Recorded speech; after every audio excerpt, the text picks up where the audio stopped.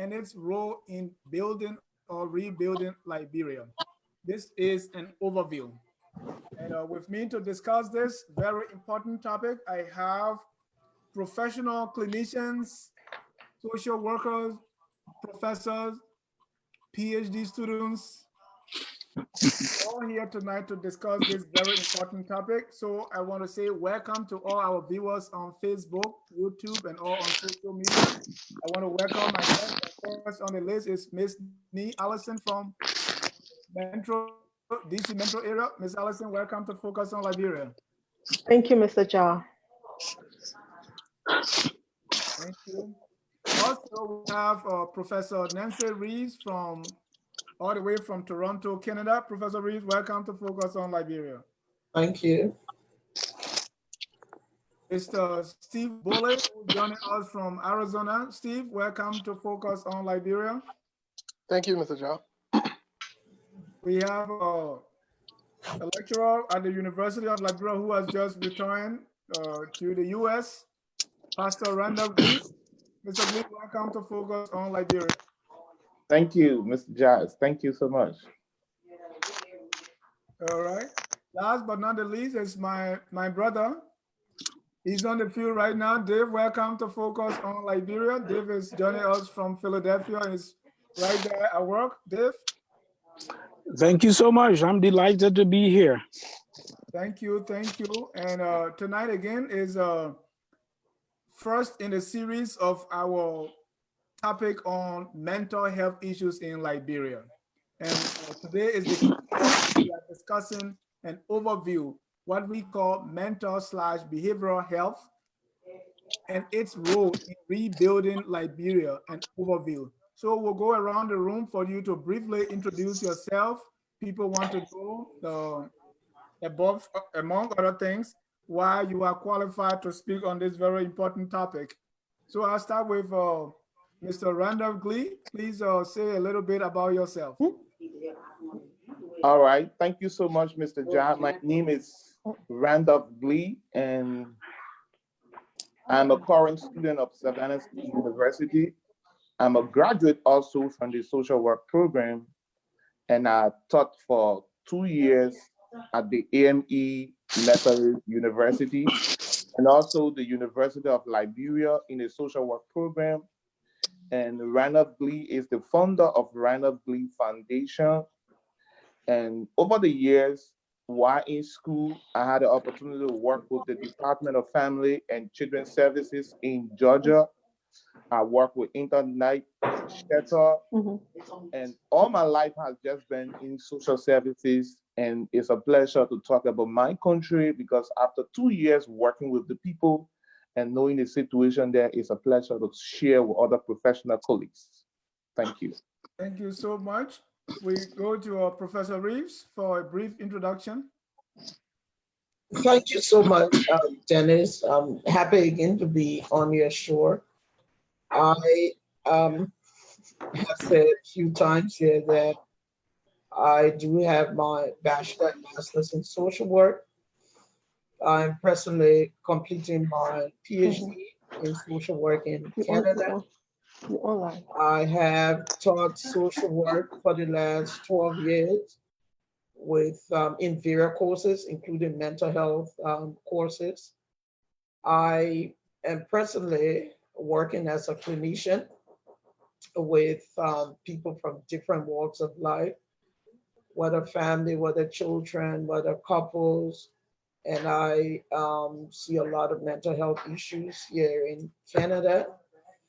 But my research is also on trauma, on the trauma of war and some of the issues that develop as a result of war that can lead to severe mental health issues that in my clinical practice, I have been seeing with immigrants and refugees. Thank you so much. You, I want to go to Dave, and this is Dave. Let me try to meet. Oh, okay. Let's hear from Dave.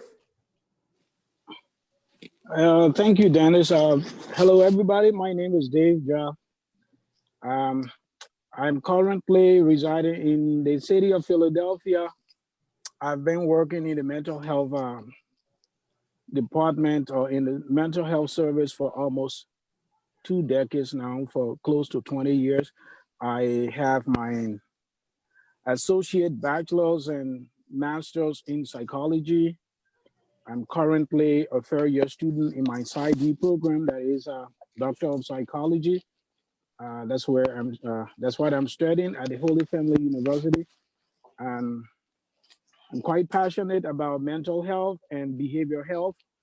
Um, but I came into this country to study biology as an F1 visa student, and I just got glued to the field of psychology. I thought that was the surest way to go to help my fellow countrymen, because what will cause individuals who once were friends, brothers and sisters, to turn against one another? I think there's something more inherent, something more psychological.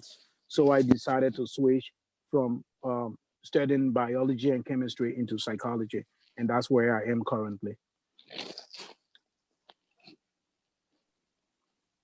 Thank you, Dave. And I said, this is a full disclosure. Dave is my brother. We've written 2 books together, and we do have a lot of things in common. I consider him my mentor, and most of what I do, I consult with Dave before I come out. Let me go to Ms. Nee Allison, former president of the DC Metro chapter of EULA, whom I work with also. Ms. Allison, welcome to Focus on Liberia. Brief introduction, please. Thank you, Mr. Cha. My name is Nee Allison, and I have a master's in social work from Howard University. My undergraduate is in finance from the University of Liberia. During my stay in America, I developed a great passion um, for the helping field, spending back into the war in Liberia. Most of the things we went through, the trauma, and I developed a great passion for mental health. So my master's is in social work with focus in mental health.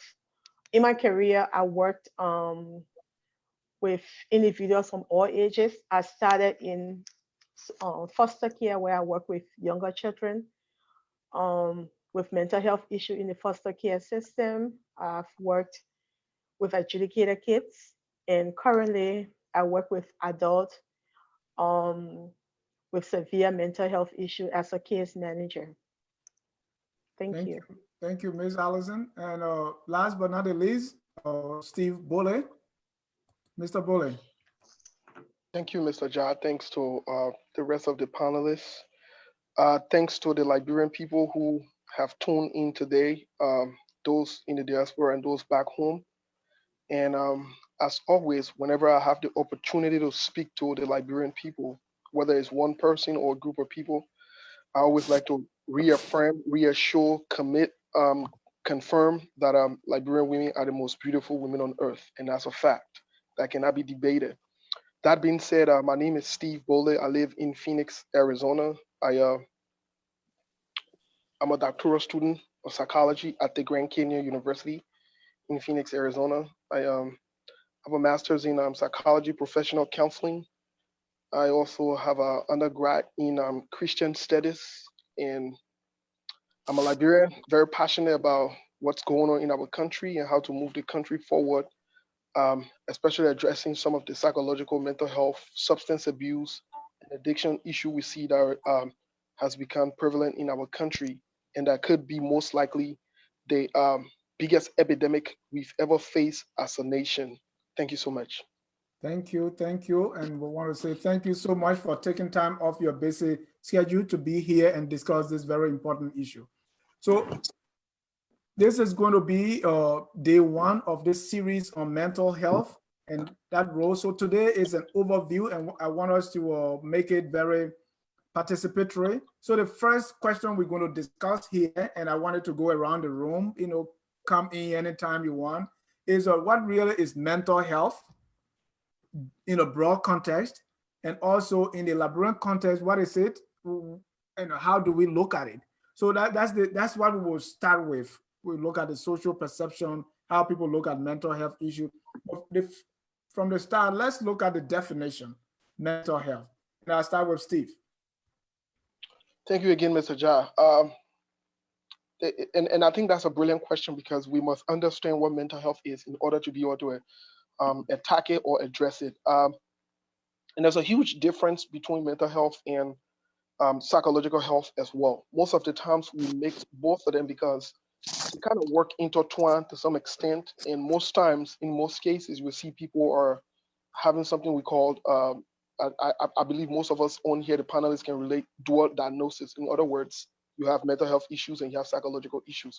But in the context here, mental health is when you things change in your thinking, the way you think, or whether it's your thinking, your emotion, or your behavior that creates stress or distress, or it impairs your function. It stops you from doing your regular thing that you can do, or it give you a hard time. So let's take, for example, if somebody come up and say, you kill my mom, you kill my pa, I will vote for you. That is not the right state of mind. Something is wrong. That's in that context. Thank you. Thank you. And I want any of you, so I don't know if there's a definition from the psychological standpoint, I mean, from the psychology standpoint and from the mental, from the social health, social work standpoint, I don't know. So Nancy, you come into with let's all of us just jump on that question one at a time. You have 1 minute to just discuss it. Let's go around the room and talk and buttress one another on the definition from various backgrounds. Thank you so much, Dennis. I think Bullet hit on some very important concepts there with respect to the psychological and emotional well-being of a person. And I really like how he separated it in terms of a phrase like, you killed my mother, you killed my father, and I will vote for you. That's very much of a perception of a person in terms of someone killing a mother, killing a father, and they still think they can put that person into office. Into office that gives you a lot of question about their cognitive ability to think about their parents that have been dreadfully killed, right? But of course, the United Nations or the World Health Organization talks about health. And I love that within the context of mental health, because you can't say I am well with some of these challenging disorders that we will talk about as we move on in this series of broadcasts or so forth.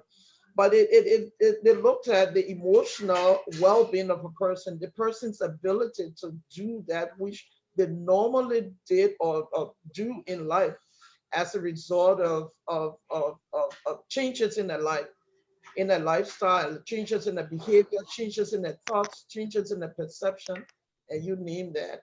So it's not only about the presence of mental disease, but also the absence of mental disease that we will be talking about as we go along. Thank you. Dave? Yes. Okay, thank you again. Yes, as my colleagues have rightly said, in psychology, in the field of psychology, there are three dimensions. The thoughts are what you think about, your emotions, that is, as we can simplify it, as just feelings, and then the behavior. So those are the three dimensions that we focus on in psychology most of the time. And how do these three areas, how do your emotions and your thoughts impact your behavior? In order for you to be determined as maybe mentally ill, those emotions, those thoughts should be to the degree where they can impair your functioning. That is, you're functioning in the area of your occupation, that is your job, your interactions with others in your community. It has to also do with your lifestyle. If those kind of thoughts and emotions affect you in a way that you cannot even effectively interact with other people, that you can no longer enjoy the things that you used to enjoy, and that you can no longer go to work, or your occupation is being so impaired, then that rises to the level of mental health, or mental illness. Okay, so we all have distresses in our lives. We have emotions. You get angry, I get angry. You forget, I forget. Sometimes I get overwhelmed by certain emotions, just like any other person. But if those emotions or those thoughts get to the point, if they get in your way of functioning, then it becomes a problem. Um, so, but as we go further into our discussion, and as you said, this is going to be series of programs that we will have, then we can expand on that within the Liberian context also, because we cannot even use occupation alone, because most of the people in Liberia do not have jobs. So we may not be able to measure that, that because someone is mentally ill, that's why he's not going to work. But he's not going to work because there's no work for him to do, he or she to do. So all of those things can be, we can discuss them further, but as my colleagues have said, they are quite right. Thank you. So, Ms. Allison, what are some of the, on top of that, just tell me what are some of the issues you see, the mental health issues on top of on top of the definition of mental health? Some of the issues we look at in mental health, your ability to function, meet your basic needs on a daily basis. Let's look at some of the factors that contribute to mental health problems. We look at trauma, life experiences. Many of us have a lot of life experiences from the war, so we are all traumatized. Excuse me. People suffer from abuse, which is another form of mental issues when it's not addressed properly. Biological factors, they also affect mental health, such as genetics, brain chemistry. Um, so all of those affect our well-being and the way we think and feel. Mental health is a very important issue that needs to be addressed, especially in the Liberian society, because it's unaddressed, it's taken care of in the Liberian society. Mr. Glee, is honor addressed, is honor taken care of in the Liberian society? You were there in Liberia a year ago teaching mental health students. What are the issues there? What are the cases? What are the students saying? What is the interest in mental health, and even in the classroom and in the community in Liberia, before we come to even defining it in the Liberian context? Excuse me. This was one of the problems that I had when I went back home teaching in the social work in the social work department. The first thing when you tell Liberian people about mental health, they believe that they are crazy.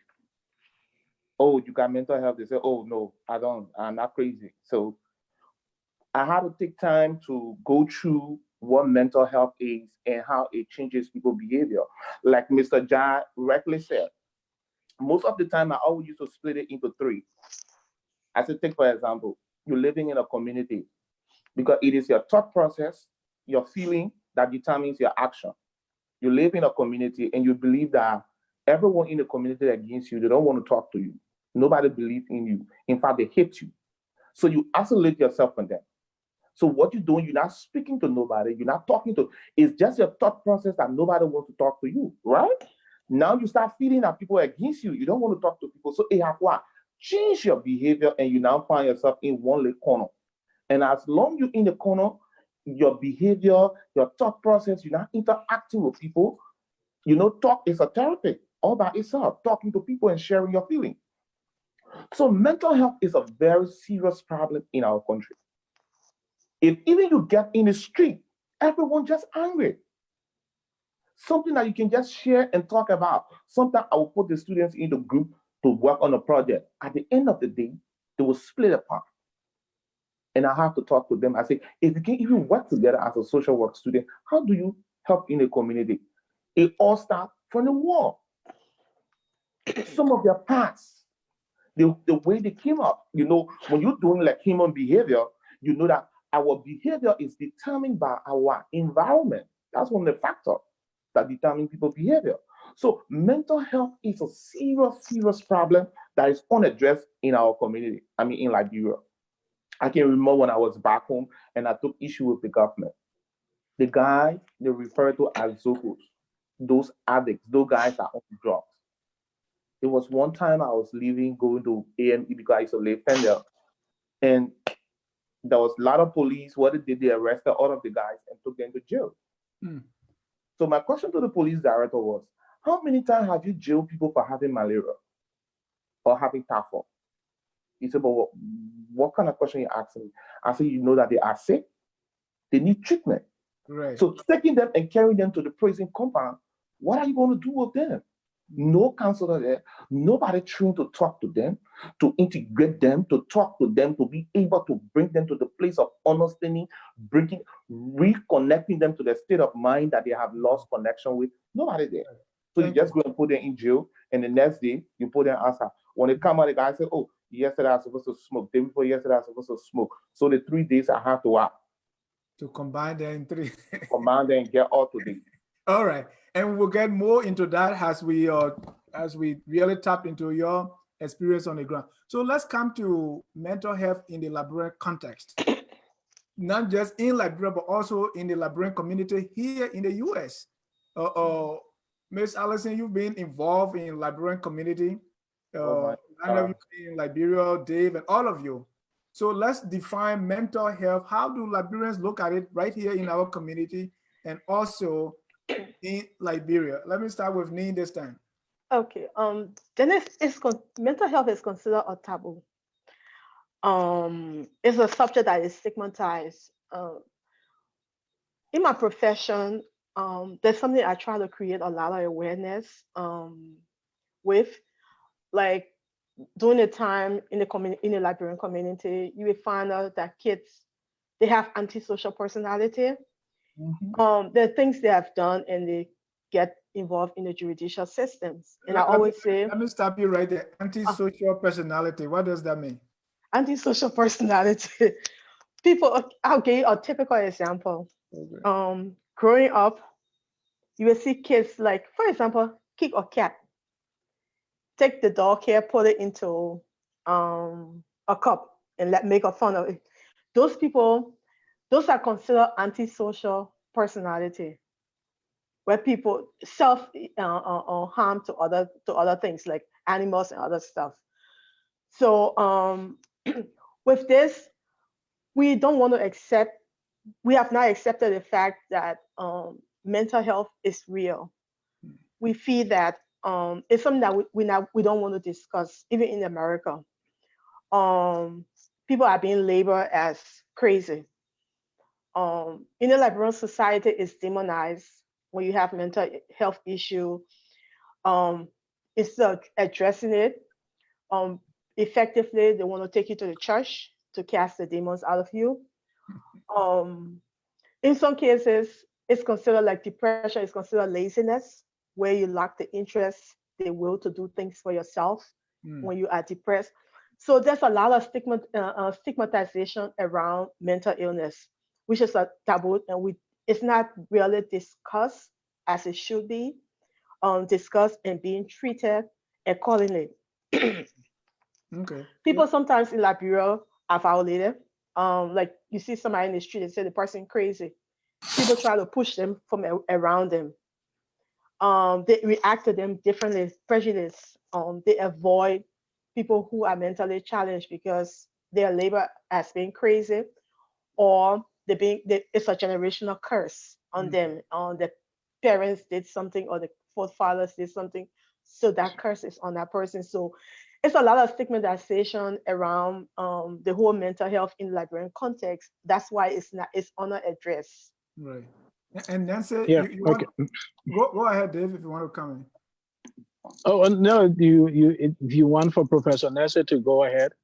Yeah. But there was something I wanted to also add. I can. Yeah, go ahead, add that, and Okay. Professor Reeves will come in. Okay. Yes.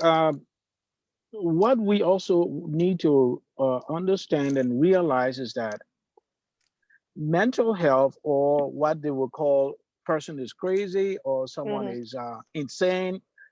Those are old languages, but we still use them. Right. Or mentally ill.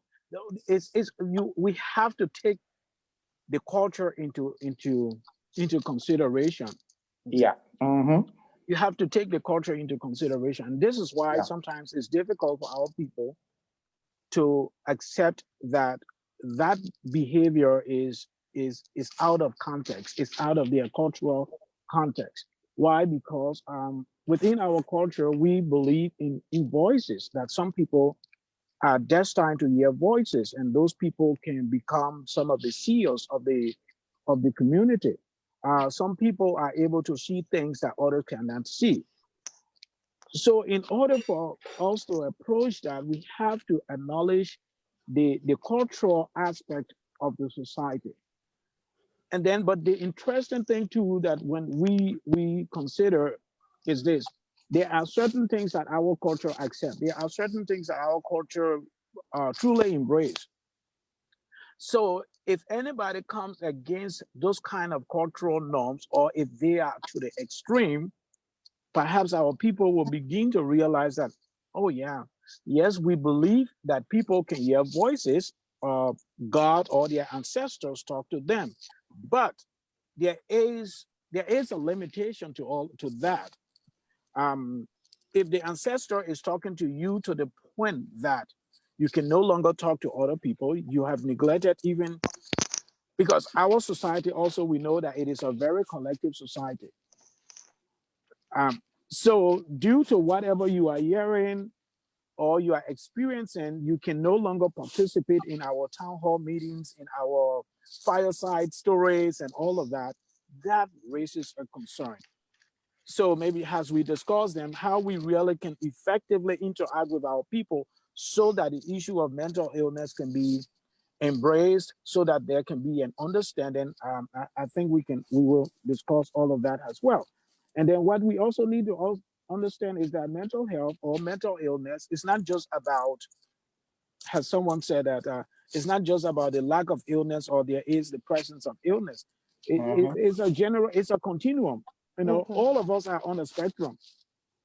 Right. So when we begin to realize that we are on a spectrum, even I sitting here today, I can have a mental breakdown and something can happen to me, and that will change my life. Okay. So when we begin to, to understand that not because this person walks naked in the street that he's the only exception, but we ourselves as human beings, because there's nothing like even a normal person. We say it quote unquote normal, but all of us, none of us is normal really.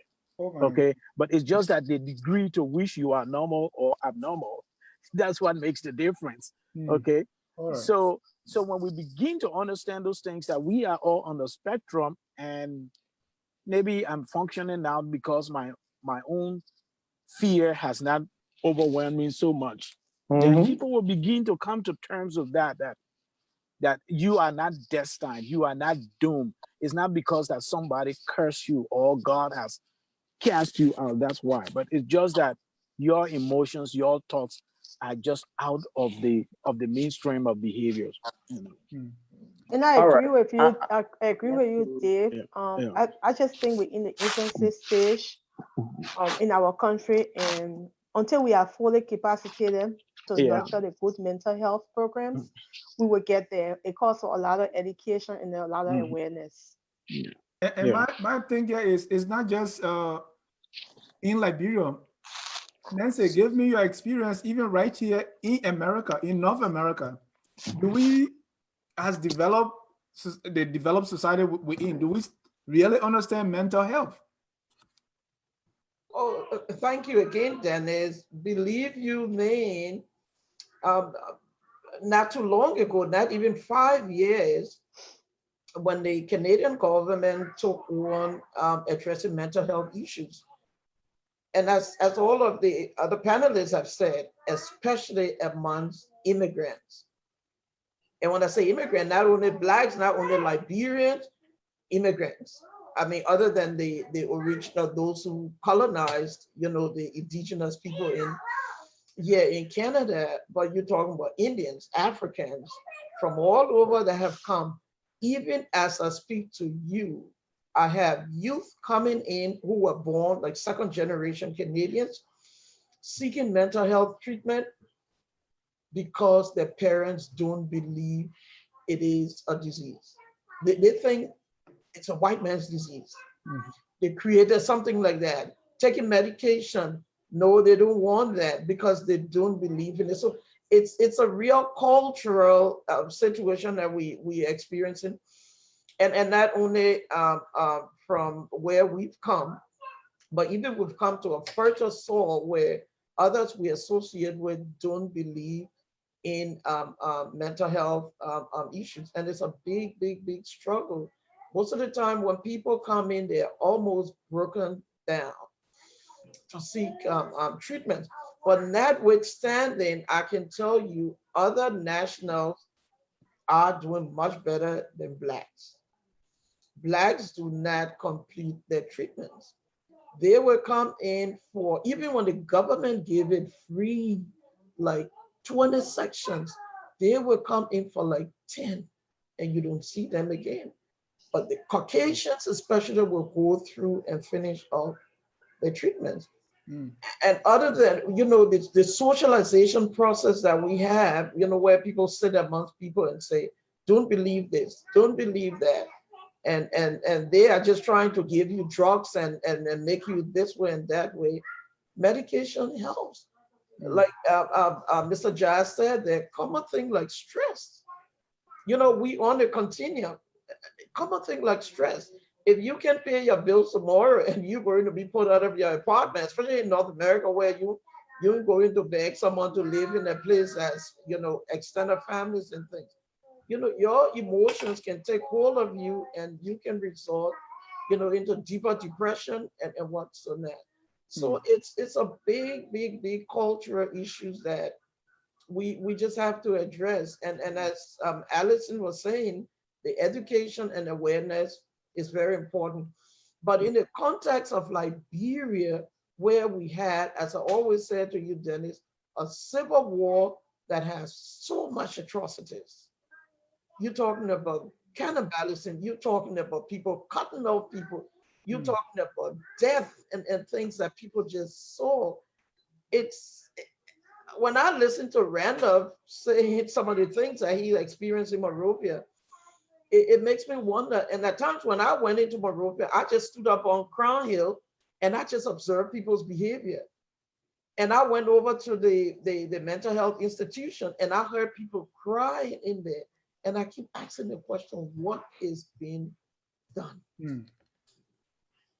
Right. So So Um, it's a pitiful situation, but I'm happy that we are starting to address it. yeah, and thanks also to Steve Bullet, Moses. He's so passionate. He pushed for this, so I gave him the responsibility to organize it, and I think we are to a good start. So, Steve, you were nodding as Professor Reeve was explaining about that. Well, what is your experience, and why is this a taboo? So, I would agree with the professor and the rest of the panelists here that one of the biggest issue is what is a let's I'm going to broaden it. I will try to broaden the context a little bit before I zoom it down into Liberia, um, or Liberians. One of the things here is just the name alone. People Mm. don't want to be associated with it. They don't want to engage with this. And yes, indeed, when patient come in to see me, um, on a broader spectrum, you will see that those who come from a different background or from different countries tend to be a little resistant into treatments, whether it is medical assisted treatment, which is what people term as medication, people on medication, mat services, or whether they come in for psychological evaluation or just one-on-one counseling or group counseling. You will see blacks, whether African Americans or Liberians or other nationalities, as long as they're blacks, you will see that there is that resistance, and it goes back to the fact that one of the panelists talked about very, very important. It goes back to the trauma they've experienced over the years. Now, if you have black people that have over the years that were in slavery and some of the things that were done to them, like for example, you have a man rip another man in front of his wife and his children, take away his manhood, right there. That alone, the trauma has passed down from generation to generation onto the black people, and that has been a problem, even in the U.S. But let's bring it down to Liberia a little bit. One of the things I see in Liberia, which most of us have said here tonight, is that there has not been any education about the importance and the role of addressing trauma or psychological issue. Another thing also is that it has not been zoomed on. The country have not taken that to say this is something that we need to focus and invest in order not only to prevent it but to prepare the next generation for it, because you will come to understand that the issue of mental health and psychological issue, most of them, they're attributed to substance use and substance abuse. So people don't just drink because they want to drink. You will come to understand that mental health and trauma is attached to it. But most importantly, President Donald Trump did something very important when he took over. One of the things he pushed for, which he allocated money, and he pushed for it at the very first get-go, was to address the issue of substance abuse, mental health illnesses, and other things in the country when he took over very firstly. And so you will see it has been a priority in this country. And people will not understand. It leads to suicide. It leads to some of these attacks that you see people having around the world, some of the terrorists and other things. So it's big. So it needs to be addressed. But in Liberia, like I was saying, people have not been able to pay attention to it. But I think we've come a long way after the Civil War that this has to be paramount. This has to be critically important to save the next generation, to save our country, because just like I was telling you on the phone in the background, I went to Liberia 2016, 17, 18. Unfortunately, I did not go 2019.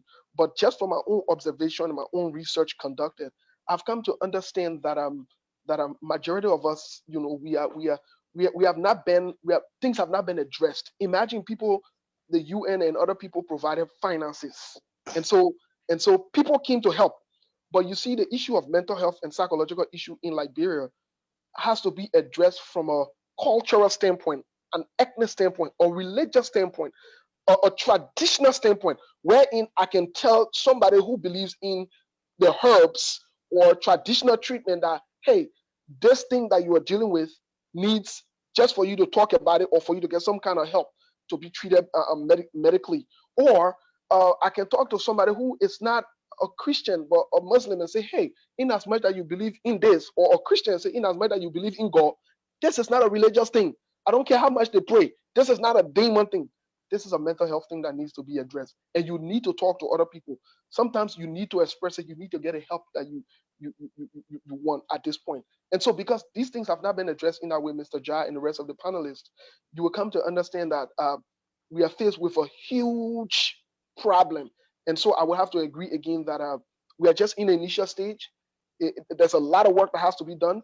A lot of investment has to be done. And I believe at this point in the 21st century, it must be prioritized for Liberia to move forward. All right. Yeah.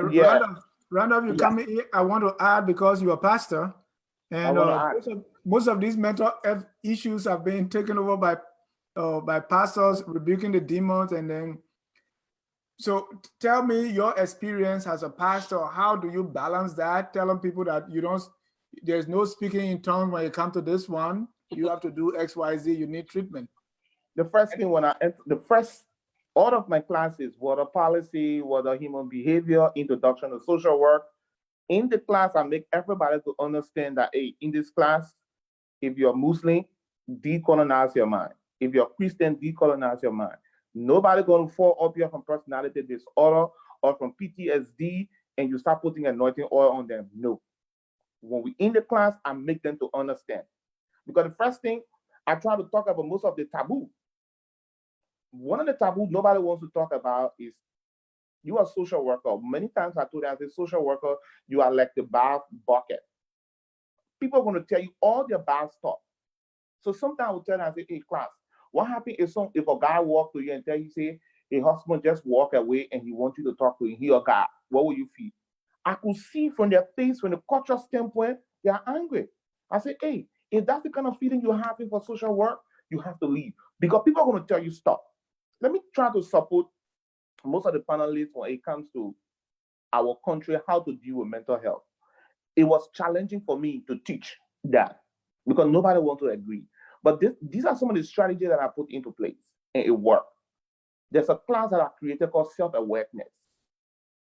And I will talk about myself, those things are giving me tough time, and I will talk and I will allow students to talk.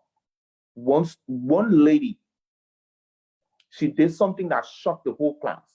She asked indirect question. She said, Mr. Glee, if someone raped you and result into a pregnancy, would I be wrong to tell this child that the father is dead when the father is still alive? I said, you would be wrong. And she started bumping the chair, the armchair, hitting the armchair. She said, I'm faced with the same situation. My son is in Australia today, but I was raped when I was 15 years old. And this man is still working in his government. But I make this child not to understand. You know what she was doing right there? All of what she had kept in her that have changed her mood. For every time she hear about such story or she sees such story, she was putting it all out. One of the problems to our mental health issue in Liberia, professional lacks confidentiality.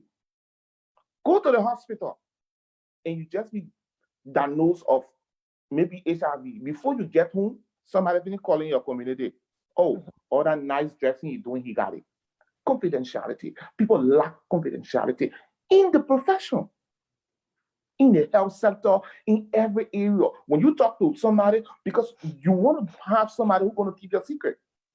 Mm-hmm. I went into class one day, and what I try to do with a mental health issue, I started assigning topic to students. And this was my second time to cry when I was in Liberia. I assigned a topic, and accidentally, I just gave one of the students the topic. I said, go and discuss PTSD and tell me what is it. The girl decided to discuss PTSD in a class. And she said, Mr. Glee, I know that I'm suffering from PTSD. I said, why? She said, my both parents are deaf and dumb. So when my mother was sick in the hospital, I was there. Whenever she showed the various signs to me, I would talk to the doctor.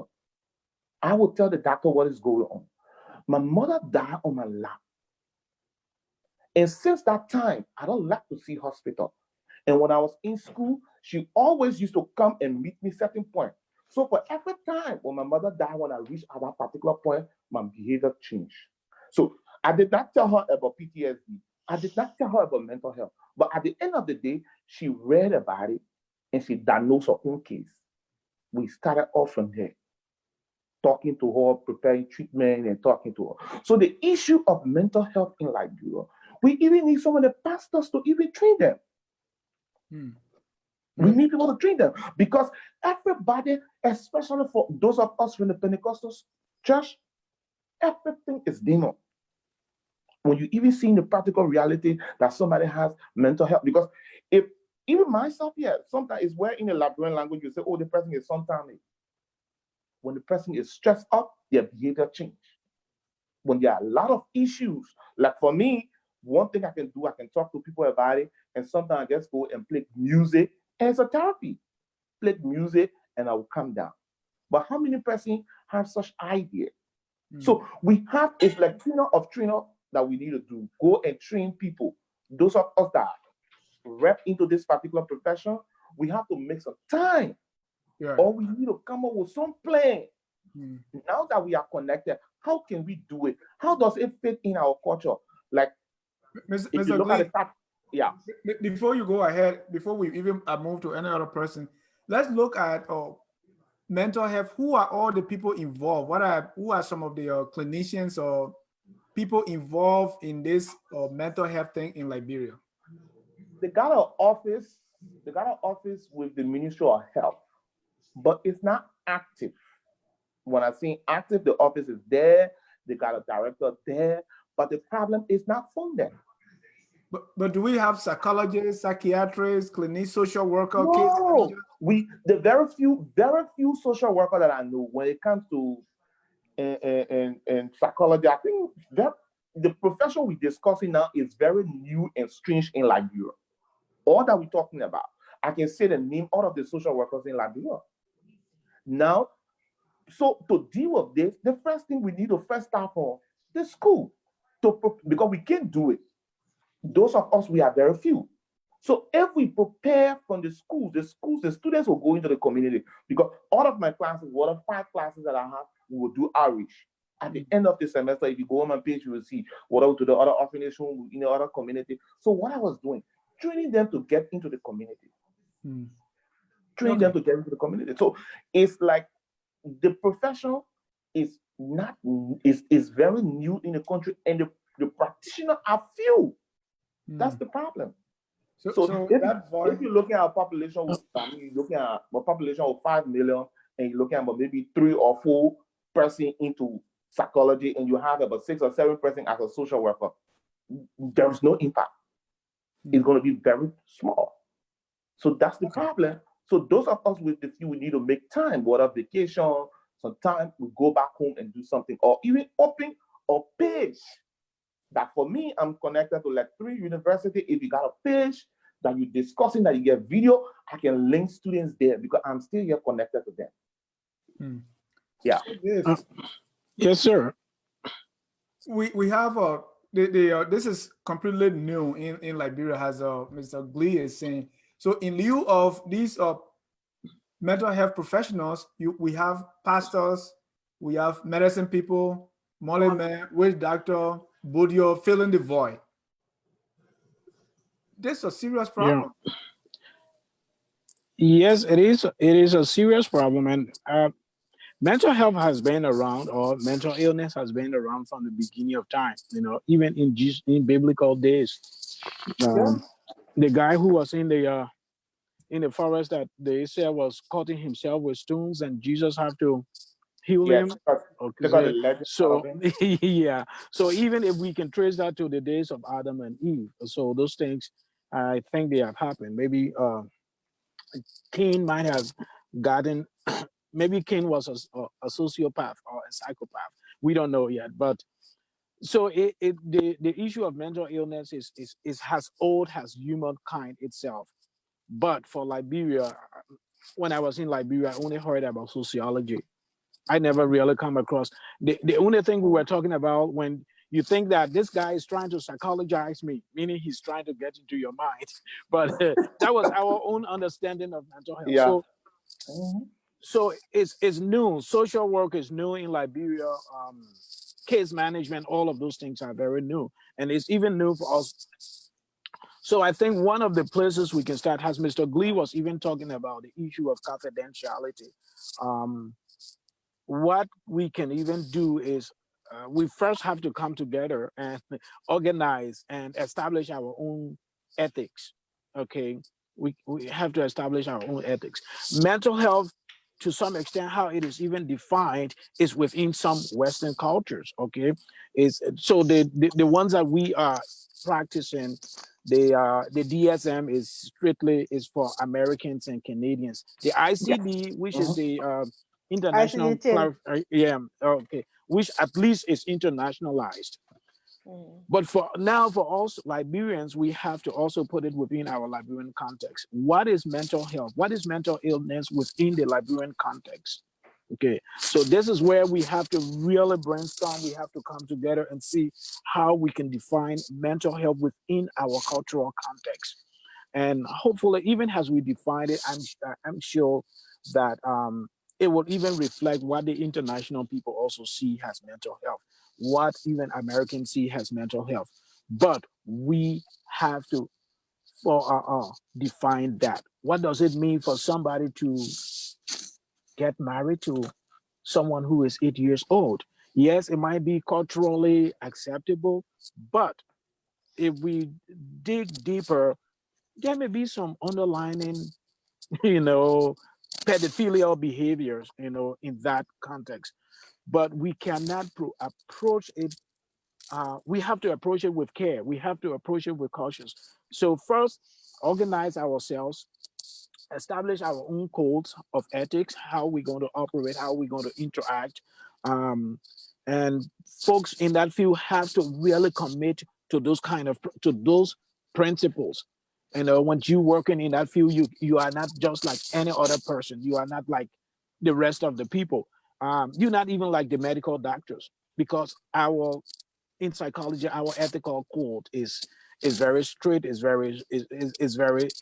strong. We in the field of psychology, you can't even um, sleep with a woman that you have treated.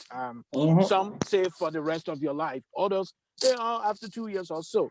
In the medical field, for doctors, physicians, they can do some of those things even after the person leaves your premises also.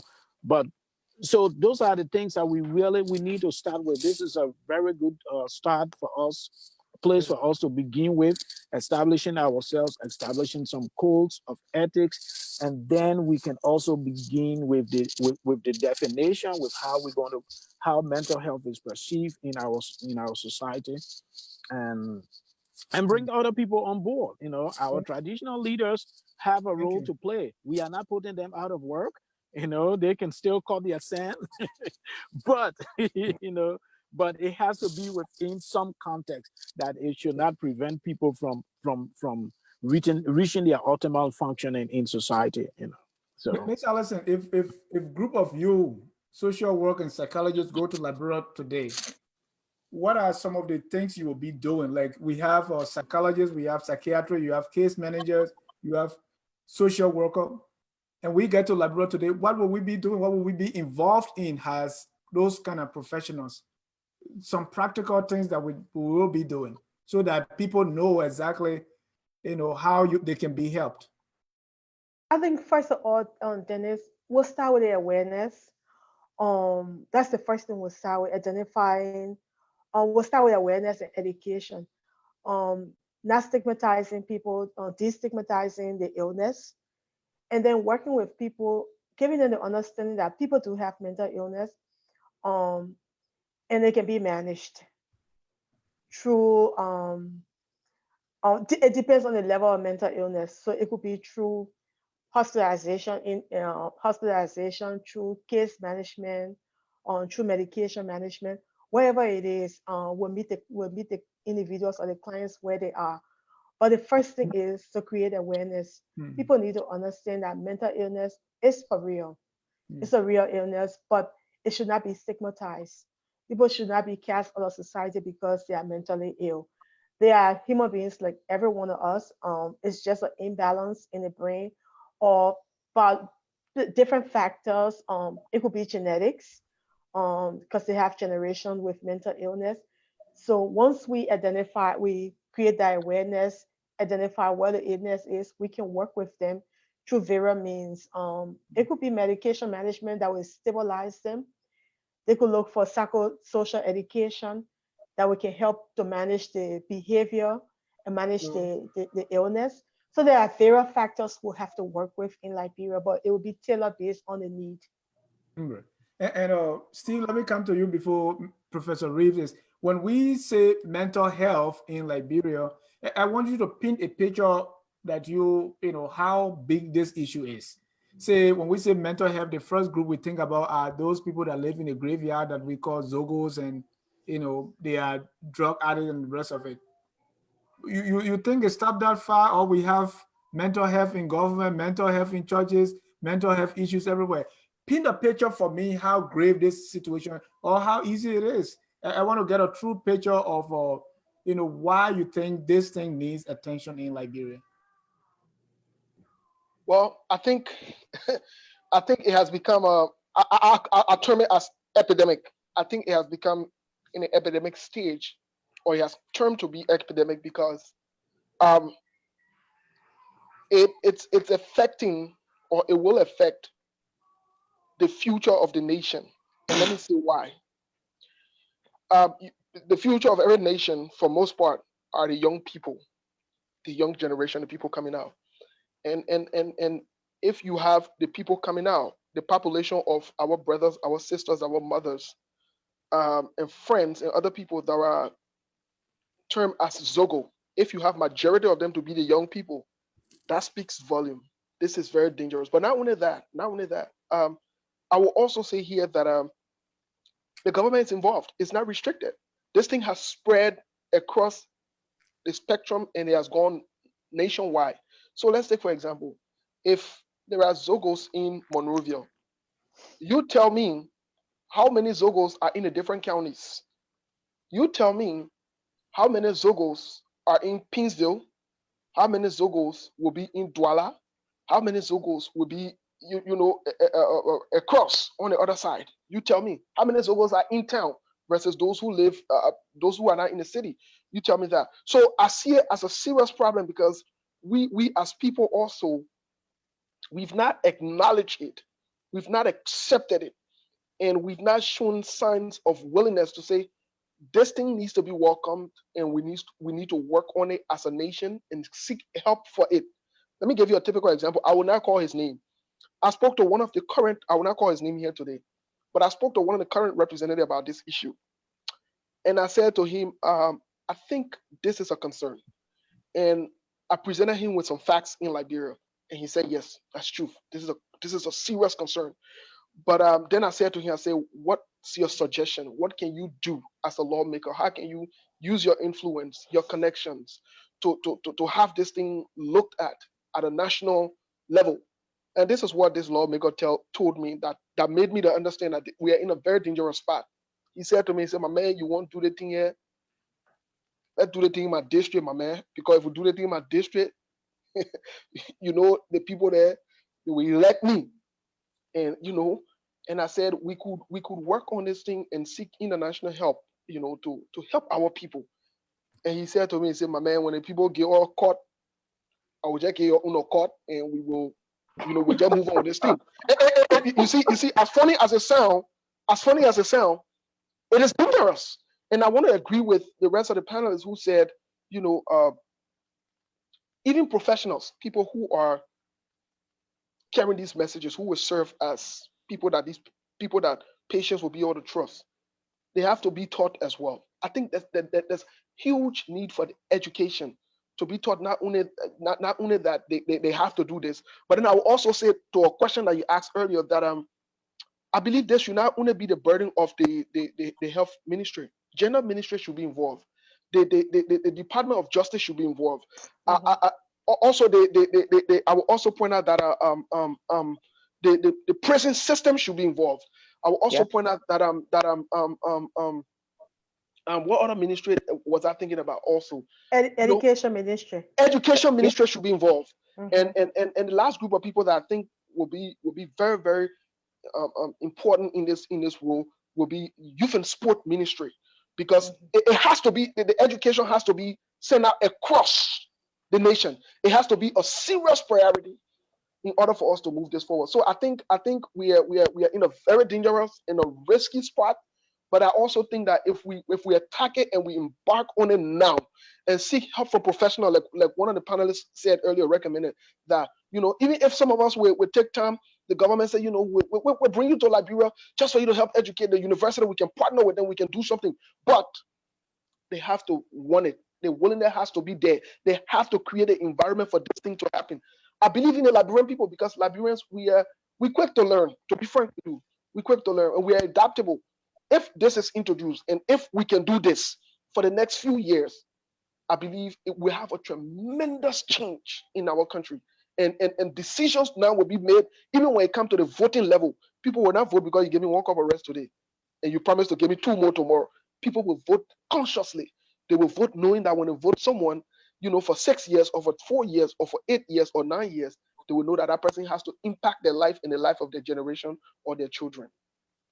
Professor That Lee, was a very good, that was very interesting because I'm sorry, Dennis. go When I ahead. work with educated kids, it was the same linkage we had.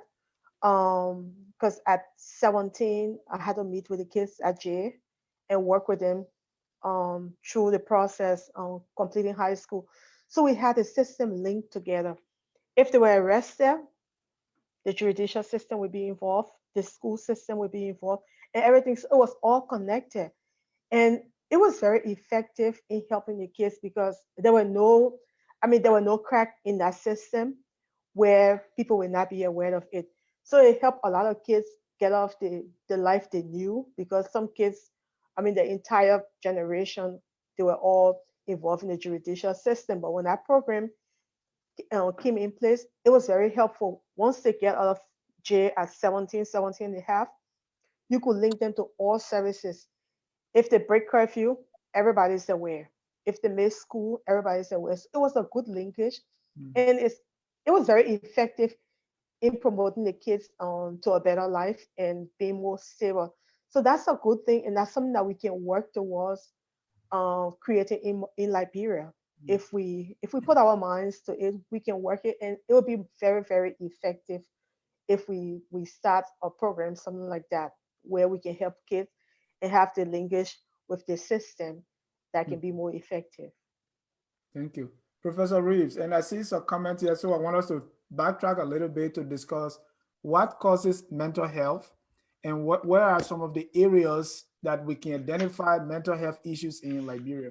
I know you write a lot on the internet and you interact with a lot of people. And sometimes I see from your writing that you get impatient with people and it looks like those people are crazy. You're talking to me? Yes, Professor Reeves. So tell us Well, first what, yeah, go ahead. thank you so much there, Dennis. I just want to stress on what Nee talked about when you asked a question about who are those to be involved, and what the rest of the panelists said, more of an interdisciplinary team. You Mhm. know, this work can not only be done by social workers or psychologists or so forth. I remember 2010 when I went to Liberia and did some workshops there. Most of the participants, when I said you're a social worker, they say, yes, we are all social workers. And then I started to carry on the workshop, like I was speaking to graduates of schools of social work. And they said, no, no, no, no, we graduated from sociology. I said, okay, there we go. Now that becomes a problem when you have sociologists teaching social work. Mhm. That is a Mhm. big, big problem. So that interdisciplinary teamwork should comprise of people with the knowledge and skills of what they are doing. Otherwise, it's just like going to the hospital and being wrongfully diagnosed, right? Now, Mr. Jad talked about, and Gleed also, Randa talked about the code of ethics. Confidentiality, it was one problem I heard in Liberia. How you say things, and before you bob your eyes, it's gone, right? That code of ethics and standard of practice need to be put in place. Very, very, very important. Otherwise, people will hesitate to disclose those very good information that could be of help to them. I don't care what system you put in place, if people don't trust that it's sitting before a person that they can disclose information to and it will be kept not only confidential, but respectfully, confidential, then that becomes a problem. When you ask the question that what are some of the issues here? Drugs. And we know after the war in Liberia, I don't like to use the word zongos, but I mean, that's a common name they use in their drugs. It's a severe cause of mental health issues. But, as social workers, Alison will tell you and Glee will tell you, we looked at the underlying reasons and the Mhm. psychologists, you talk about assessments there, alcohol. Look, Mhm. when you speak to someone who consumes a lot of alcohol and forgets what it just said today or yesterday, talk about dementia. Mhm. I'm a gerontological social worker. I mean, the study of the aged. Dementia, that forgetfulness, whether in the short term or long term, that's why a mental health issue is a part of it. The alcohol use, illnesses that individual has, right? They lost a sense of reasoning and thoughts and perceptions. Marijuana, talked about opium, running up and down the streets there. Canada recently legalized marijuana, but I tell you this, the police is on the street for drivings that are not, permitted. They were arrested. If they smell marijuana on you, you are arrested. You know, Allison talked about hereditary. We inherit some of these, the environment we find ourselves in. And within the context of Liberia, that violence and atrocity that went on. Glee talks about the anger in society, that is going on. It's a lot of that. And of course, Liberia is now, or the developing world is now the site for a lot of these carcinogens that are wasted there and people are inhaling. We no longer use these tower top computers yet. They're all being shipped down to the developing world. What happens? They're not functioning, so they're being burned. You know, I'm in an organization here in North America called Nectar, and we are advocating for individuals to send down laptops instead of those tower computers because they are no longer in use. They burn them to get off the copper off of them. And what happened? It pollutes the environment.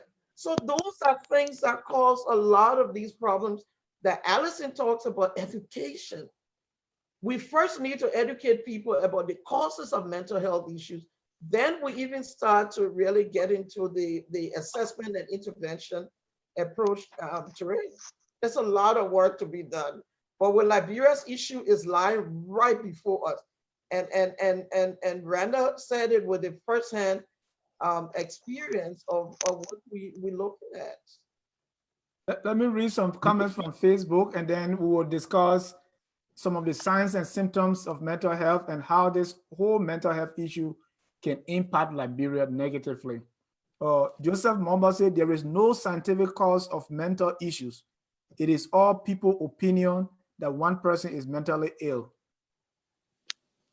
That's a big one, right? You want to comment on that? Yeah, please, let's comment before we move forward. That's what. Go ahead. Okay.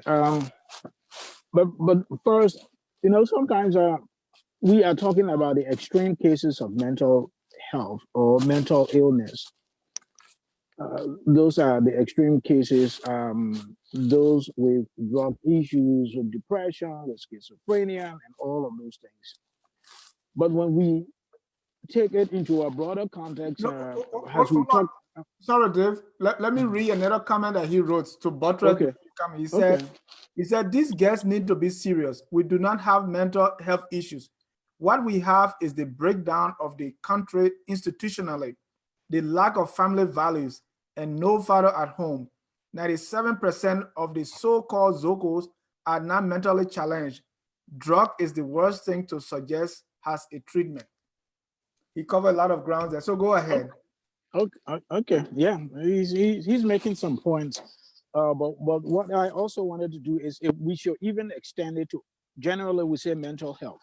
When people look at psychologists, they look at social workers, they think that their work only encompasses or has to do with those who suffer from mental illness, the ones that walk in the street.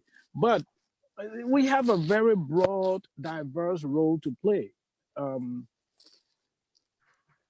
How do we even foster friendliness? How do we foster unity, reconciliation? How do people work together? How do bosses treat even their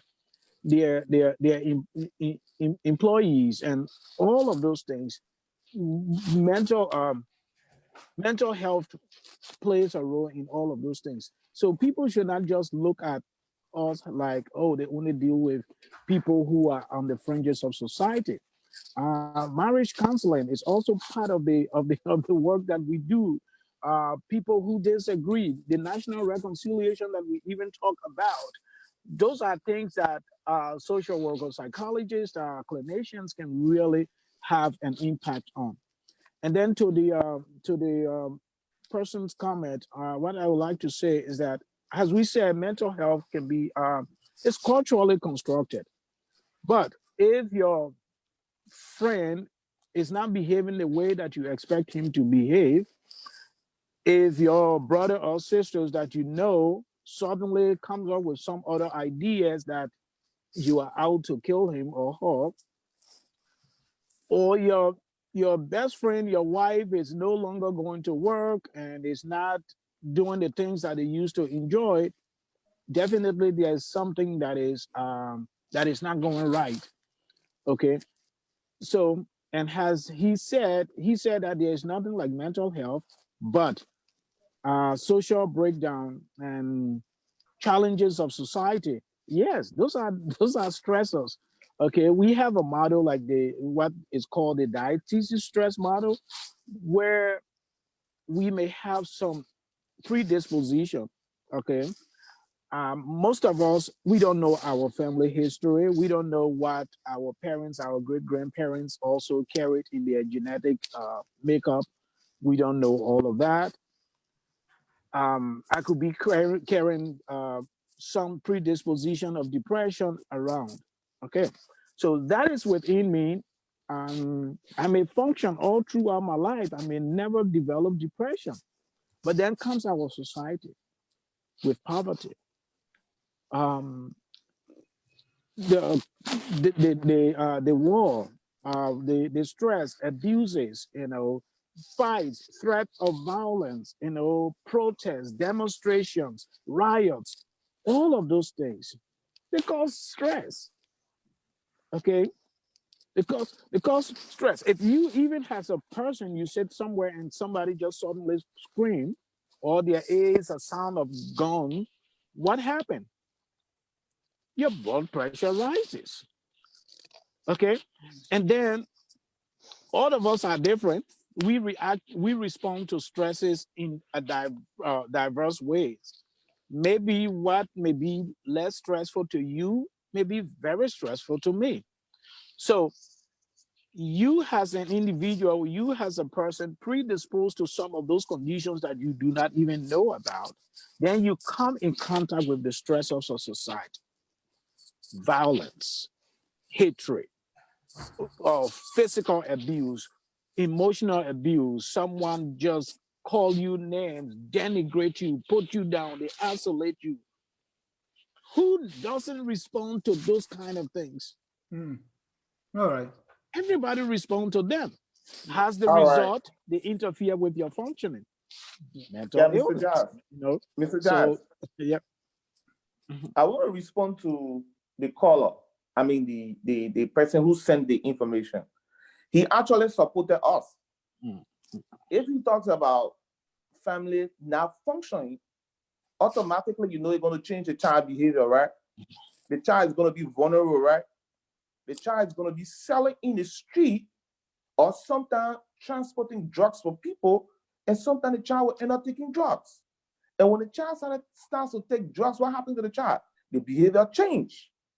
So when we're talking about you saying there is no mental health issue in Liberia, there's a guy, oh, I just forgotten his name. In fact, I got his video. He got guitar in his Excuse me. hands and he plays the guitar and calls almost every other political leaders in Liberia. Is he normal? The other one participated in the war and he would dress up like that. So he's in the street and he's going to be shooting with different sound and rolling on the ground. Look, if the family functioning breaks down, it gives the child or the individual from that family different behavior. Let me try to bring you to area system. That's the reason why when I'm evaluating students at, at the University of Liberia when I was back home, I look at several factors. Because if you look at the area and the system theory, when one side is affected, another side is affected. Probably the child came to school today who have been sexually harassed from last night. Automatically, the behavior of that particular child will change. Let's talk about those of us of certain age now. We believe disciplined child is good because what? That's how we came up. But there's a whole generation that says, no, there is no need to beat your child. There's a reward theory. Tell the child this, if you do this, this is going to happen. I'm going to do this for you. So there are a whole lot of factors that determine people's behavior. So, brother, I want you to understand the Carter Center that gave comprehensive report from research telling us our mental health problem in Liberia. Mental health does not mean you go at the extreme that you're picking up papers. Let me give you one common example. Does it sound normal to you for a president to tell his citizen, if your man doesn't born you good, get in the street? What do you think happening to that president? What do you think happening to the president? We heard that, I think it was 2002 or 2003. He said, if your man doesn't born you good, get in the street. So at the end of the day, you think a child will be in your rightful man to kill his parents? So the problem about it is the reason why I want to agree with most of the panelists that we have to define mental health from the broader perspective to our cultural setting that people will understand. But people know that we have issues. We have issues that will have ministers that will sit and just on radio 24/7 have talk show and just insult. Like they have one, I don't want to call people name on this professional show doing Ellen Regime. They used to call him Minister Marcos because everything he going to. So you will understand that something is not happening because I know when you now in such position, you're representing the country. Your output represents the pretty close to 5 million people. But it comes to what you're going through. So, brother, I want you to understand today that we have mental issue. And the mental issue comes from different walks of life. You just talked about one, when there is no, you as a man now, when you are now working, how can you take care of your kids? And the kids no longer refer to you. They may call you papa, but they're not treating you like papa because you're not providing for the home. It becomes a problem for you. Your wife is no longer submitting to you because you're not catering to her. So you, at the end of the day, what's going to happen? Your whole brain, your mind starts to change. And you start to take in drugs. Like now, people talking about drugs in Liberia. And Mistress Reeve, you're talking about marijuana. You're talking about something different. The guys smoke almost everything. You allow your doors to be open, the ceiling, they will put it out and smoke it. They goes in the graveyard, and now my father does not have, I don't go to decoration there, I don't go Center Street again, because they smoke all the boom. That's how terrible. So you would have seen that there is no mental health. What reason with a sound person goes in the graveyard and collect barley booms to smoke it? They got all of the cigarette, very cheap, but he leaves all to go and collect him a boom to smoke it. You say no mental health in Liberia? I agree. I want to agree with you. Since you think that way, why do you think that man leaving all of the cigarette that are sold, saying he wants to smoke, he going for him a boom? We got issues. So Randall, you touched on it already. So let's go to the next one to discuss the symptoms, the signs and symptoms of mental health. Maybe it's those who believe there's no mental health, they will look at the signs and symptoms and then agree with us. Let's look at the signs and symptoms of mental health and the impact of mental health on society, specifically like Liberia. Let me start with Nee. Okay. Thank you, Dennis. Some of the signs and symptoms of mental health, they can be as basic as eating, or sleeping less or more than usual.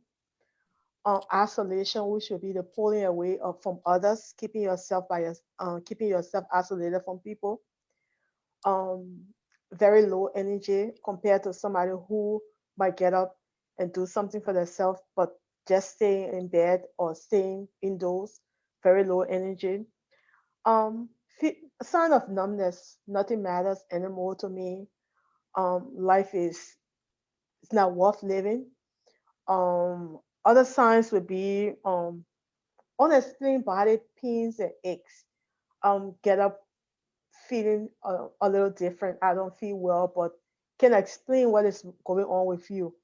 Those are some signs and symptoms of mental illness. Feeling hopeless, another sign of depression. Um, unusually confused, forgetful, on edge with everything that is happening, easily angry. Um, what I would say again, other feelings would be yelling, fighting, um, being very destructive. Those are feelings of signs and symptoms of mental illness. Hearing voices, seeing things, hallucination, not seeing what others are seeing, not hearing what others are hearing, severe mood swings every day. What we call, what was in Liberia, say the person is sometime Mm. One day they're happy, one day they're sad. Sunday Mood good, swing. Sunday bad. Yeah, Sunday good, Sunday. So Yeah, Sunday. let me let me Uh, let me go to Steve, because okay. Steve is a I see on internet has Moses, and it's some of this maybe cantankerous behavior, people attacking one another because you don't support my group, and we are yelling and cursing, and we have normalized insult. You know that if you get more rating when you cussing. Mental health issue? Yes, no? Yes, I think it's a mental health issue. It can be so much of a mental health issue that people people start to seek attention up to the Hmm. point. Hello. Yeah, go ahead. Yeah, we listen to you.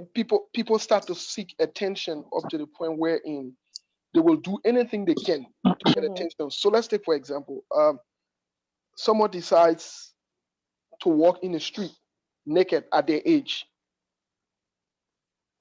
Another thing is someone looks at you and say because you do not conform with their belief or you don't support who they support, so automatically you become an enemy. That in itself is a mental health issue. But another big one, just for one of our panelists who's taught in Liberia, um, students suffered, struggle. Some of them they got to sell. Some of Mm-hmm. them got to sleep with older men or other people to get the tuition. They don't study. They go to school. They fail. Then they sleep with a teacher to pass them. They make it as if it's a normal thing to do, and it becomes a norm in our society. It becomes a norm. Um, the last part that I think that can be of a and I think is prevalent and is growing on a daily basis. Grown up women and men come on Facebook who are from Liberia. They cause each other in a fight. A lot of people tune in to listen. A lot of people tune in to hear another grown up woman curse another woman. And you have women on there and they are cheering it. They're putting thumbs up, they're putting heart, they're doing this, they're doing that. People looking for sides to pick Hmm. to identify a common enemy. So if Mr. Jar does not like me, as long as these panelists don't like him, automatically they're friends. They work together. That tells you that people are not in the right state of mind. And just um, backtrack on something that one of our previous writer on Facebook wrote about mental health is not been scientifically back is this. Let me just ask this question to help clarify some things. If a woman sees a man that rape her, does that woman act normally? We need to think about that. If a woman sees a man that rape her, does that woman act normally? This brings me to my point that most of the elections that are held in Liberia, the reason people win the election is because the people who have oppressed them, who have created harm to them, show off again on the scene and tell them what to do. In normal societies, these things are not done. We isolate. Let's take for example, we isolate, and most of our panelists can relate to that. We will always isolate the victim from the perpetrator, even in criminology. We always isolate the victim from the perpetrator. The reason is they want the victim in that time or in that period to be able to make conscious decision, to be able to not be under fear, under duress, under pressure, or under intimidation to make decisions. So yes, indeed, I agree with you that there are all signs and symptoms of mental health or trauma. Let me bring in a caller. Can I add something, Yeah, Dennis? yeah, go ahead, add something. Let Okay. me before we bring in the caller. Uh, okay, and has Sister Allison was saying that with those things. So the caveat for diagnosis of mental health is those conditions are not explained by any other cause. Like it's not a medical problem attached to that. Hmm. Because, for instance, someone can be lack appetite, can't fall asleep, you know. So before even the diagnosis is done, we have to rule out all of the medical Medical. conditions because, like, Exactly. even the aches and the pains and all of those things, if they cannot be explained by medical conditions, and so that's why yeah, to that. So people, we don't just get from the blue sky and say, oh, this person has a mental illness, or but there are a lot of assessments that take place. If we are losing you, but we get your point. Let me bring in our first caller. Dave, we're losing you.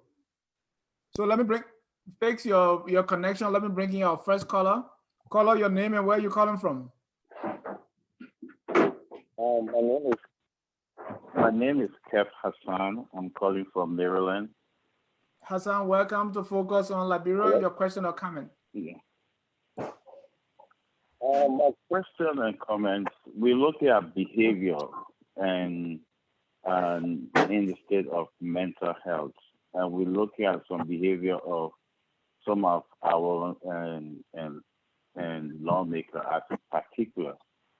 I want to look at, for example, it's two. One is a talk show host, and the other one is a lawmaker. I want to look at particular about Yeke Koluba, his borderline personality, his behavior. When I listen to you guys and describing mental health, there's everything that you guys saying. I can see the character in Yeke Koluba, and also Prophet Keith. If your mindset, if your mindset and your thought process shape your life, the way you come out and insult every day and believe that he doing it and it's a God is God work, that he's a prophet. God sent him to insult. These two gentlemen, it's not a perfect case of mental health as we see it, or we want to bury them because maybe and it's part of some people's side of politics. We can't touch that. But when you look at Yeke Koluba and some of his hallucination and behavior, you're trying to and you diagnose look the at man now. and Prophet Keith, some of his behavior. Well, I'm not diagnosing. I'm saying Go ahead, make your point. I heard all you professional here. I heard all you professionals here. So I want you guys to touch on their personality, their behavior, if it's not a mental health issue. Okay. Thank you. Thank you so much. And Brando eating on the show, eating palm butter is not a mental health. I want to clarify. Yeah, I even work. Okay. You were laughing. So well, I will add one thing to what Nee said with respect to some of the signs. When a person is thinking of harming themselves or another person, and that ties very much into what Steve talked about, anger. The emotional expression of anger that they would turn on to harming themselves or another person. Then I'll tie it into what the caller just said. I like to put the facts on the table, and the caller just said it. Yeke Koluba was a rebel in Liberia. I saw a picture of this man with a human skull in his hand. Tell me this. A lot of those boys or men or young men who took part in this war did it a lot under the influence of warlords that gave them drugs and other things. You go on YouTube, you will see a lot of the video there. I use some of those videos to teach social work students about trauma and the impact. So again, when the first caller said, whether we just sitting here and talking about people having mental health, when you go through all of those situations, as Dave said, it may not impact you like it impacted other people, but it can lead to a severe mental health issue. So I have always said that the fact that the Liberian people themselves were so traumatized and voted a lot of these people into office who actually actively participated in this war and killed people like Yeke Koluba, who will leave the legislative building and be out there doing some of the things that we see him doing, it tells us that this society has a problem. Right. There was a boy on Buduburam at a refugee camp. He referred to himself as butt naked. He would be butt naked and be preaching. Tell me where there is not a mental health issue going. How many pastors have you seen strip themselves naked to preach? So he was butt naked to fight, not to preach. He was butt naked when he fought. Ask anyone from Buduburam camp to tell you about the preacher called butt naked. It's a mental health issue. Now, are we just saying people have mental health issue, as Nee said, and your brother said, it's predisposition, but it's also as a result of environmental issues. And the Civil War in Liberia caused a lot of these. There are problems with Yeke Kaluba. Well, I won't sit here and judge him very much, but based on his past experience with the war and his present behavior, we need to do some assessment here. But it's not a right behavior. Let's be real, right? There is a Facebook post here saying, "What's about your government? Excuse me, what's about your government official? They are corrupt. They have mental health issues." But I want to take it a step further about even some of the things that we see. I know these political chants have become very prevalent, but sometimes when you watch, like, people go to have a serious meeting, they take the first 30 minutes to sing. We can't get tired, and they will sing and they will chant and they will chant. I'm like, what's going on here? Is it just something? I'm not asking you to diagnose. Some of this behavior can be very weird. Can I comment? Can I come in? Yeah, round up, then Dave can come in. Okay. All right. I believe sometimes, especially like political institution going back and trying to chant battle cry and other things, because you see, when it comes to mental health, you don't just look at people's behavior and conclude. There should be diagnosis over the period of time, consistency, and time, all involved in diagnosing people's situation. But on a very serious note, there are people that you will look at and see their behavior for the couple of years they've been in leadership, they have some issues. And it is true. But you see, for us social workers, we don't go looking for people to say, come. Because the only way I can start treating you, you should first know that you have a problem. And that's where it gets tough in providing services in Liberia. Because the man will think, no, I'm sick. I got a problem. All I need just to do business. And you give him the business the next day, he go and smoke. Like during the DDRR process, there's a guy called Melvin Jackson. He fought the war. And during the process, how can you give or addict money? So Melvin he will go and buy different drinks, different wine, and he sell. So when Melvin comes to your place and you say, oh, how much for this? $10. Oh, I got 5. Melvin said, okay, but then myself, I have 5, then he will share the liquor. He's selling your liquor. At the end of the day, it will bust, he will get drunk. But at the end of the day, I sat with Melvin and said, Melvin, what do you want? I have to put my life on the line, my integrity on the line, to supply Melvin with goods, and Melvin starts to sell. When you look, Melvin had a shop. Melvin used to go to the Gold Creek, and Melvin started making money. So his self-esteem grew. Let's take for the guys who saying that you don't believe that. There's a disorder called anxiety disorder. This is a mental health disorder that is characterized by what? Feeling of worry. Fear. You feel that people in Liberia, they are not worried. People worrying about food. How their kids going to go to school? Other kids are going to school. So with that, at the end of the day, the person has let's talk about schizophrenia. Schizophrenia talks about what?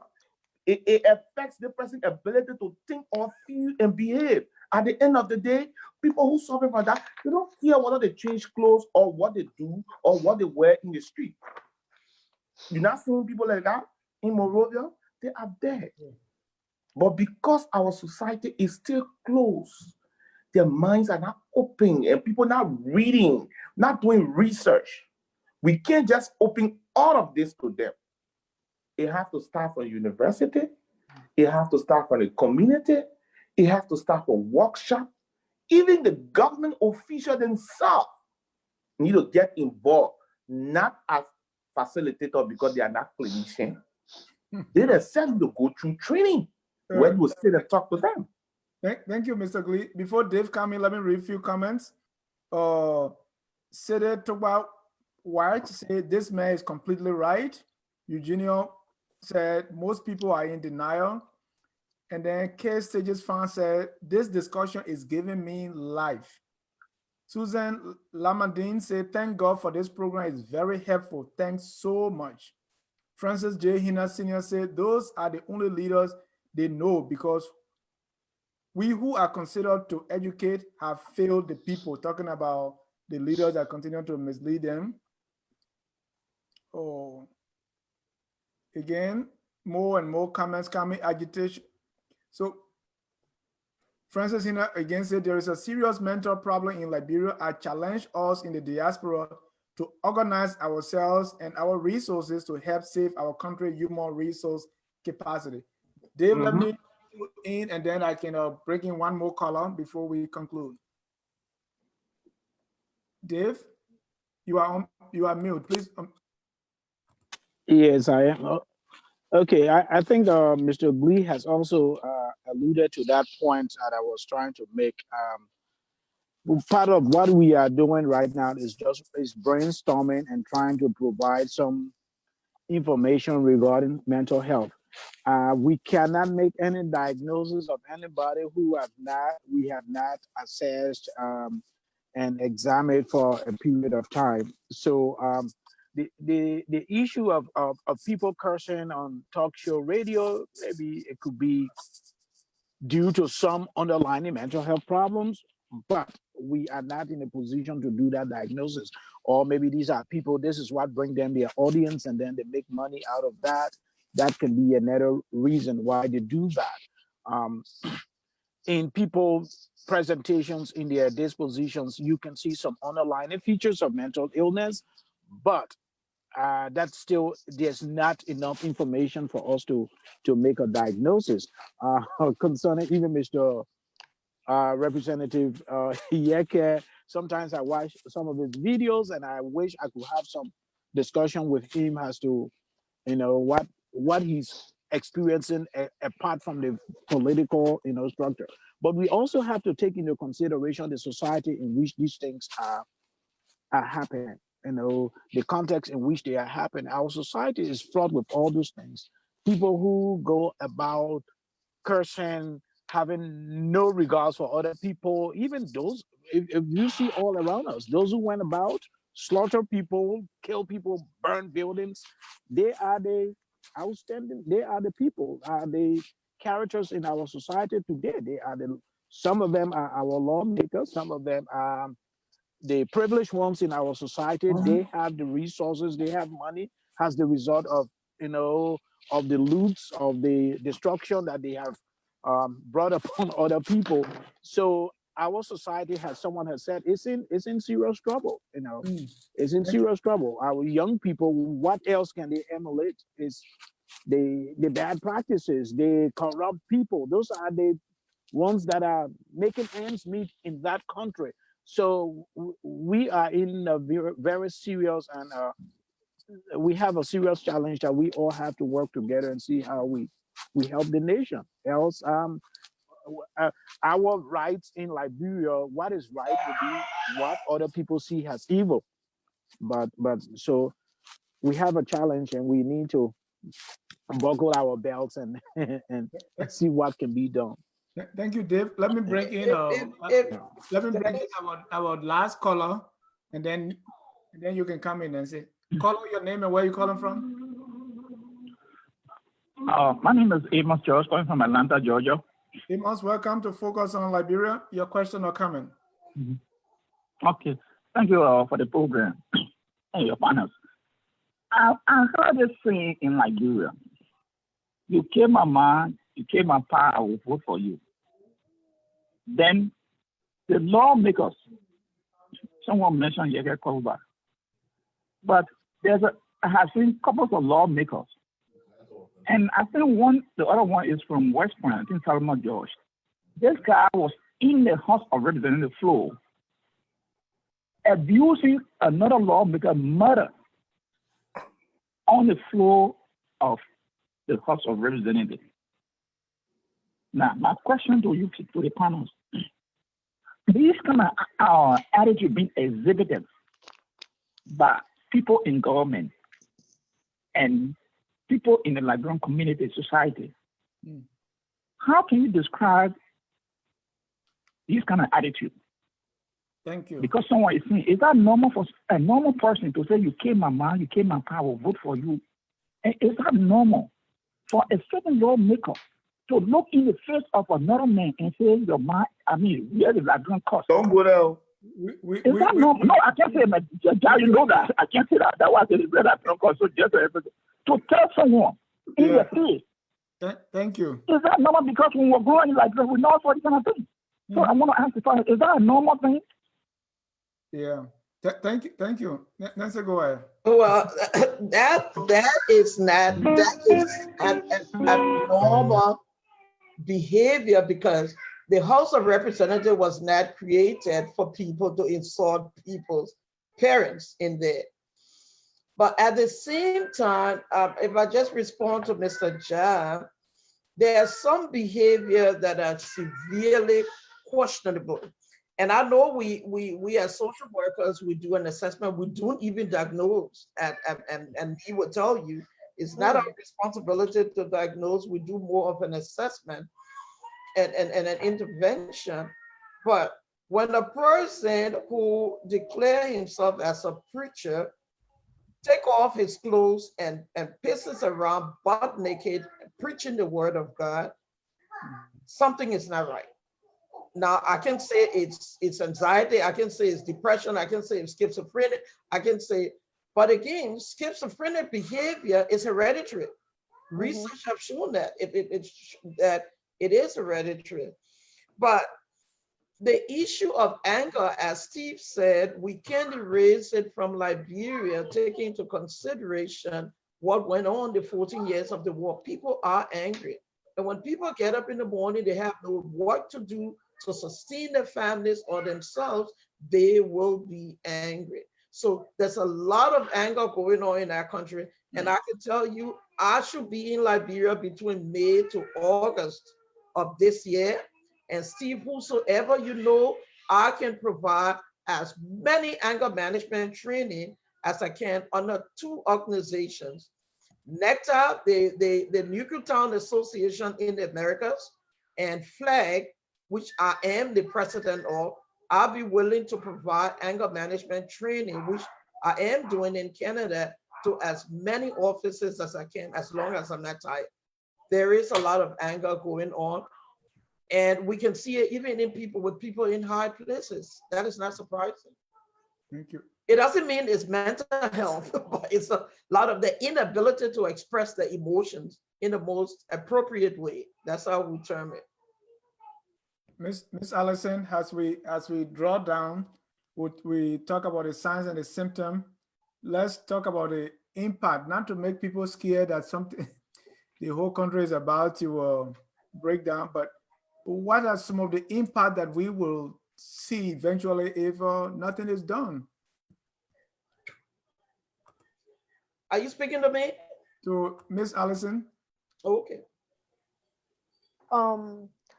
Some of the impact would be a dysfunctional society. People who have less ability to cope, to deal with the stress of our life, and with that, there will be a lot of dysfunctional. It will be a dysfunctional society. So we definitely need to put a lot of things in place to help the mental health system if we want to have an effective system or effective society. Thank you. So as we close, let's preview where we're going as we go into this. Some of the things we will be covering in the next series coming on. Some things like substance abuse, drug addiction, mental health and psychological challenges, trauma and PSTD, domestic violence, domestic abuse, and all those other things. So let me start with Steve. let's preview where we're going from here, and what we want our listeners to do, and what we want even our government and people in Liberia to do as a result of this series. So let's look ahead within the next 3 to 4 Sundays and see where we go from here. Dennis, can I beg to leave? I have another Yeah, obligation. we're concluding now. Okay, Thank, thank you. thank you, Mr. Ja, and thanks to the Liberian people for tuning in as usual. I think one of the most important thing our viewers can do is grab your pens and papers, and also write us some of your questions and your concerns to focus on Africa. Reach out to Mr. Ja. I'm here. Reach out to me or any of the panelists that you are acquainted with. Reach out to them so that we can have some of these questions to pull out to be asked to the panelists, those that will be on, and to these professional men and women that gather every day to make sure we do some of the research that we do to convey the rightful information. And to the Liberian government and the people in Liberia, I will say this is game time. Let me say it that way. It is game time. And what I mean by that is this is one of the most important things any president will ever do for his legacy or for her legacy. Let me tell you why.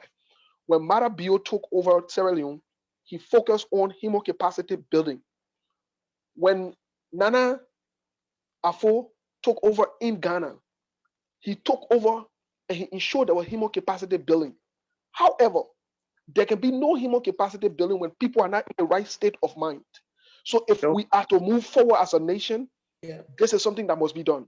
And we encourage our panelists, we encourage our viewers to please engage, invite other people, share the video, share the post, share the message as we'll be on here. And we all can work together to make this happen. And I believe in the Liberian people, I believe we can make this happen for generational change, for our current times, and we can do this the right way. This is not a political thing. It's not a party thing. It's not a CDC thing. It's not an ANC or UP thing. No. This is a Liberia crisis. We must address it the right way. We can all work together to address this. Thank you, Mr. John. Let's go to your final comments. Let me start with Dave.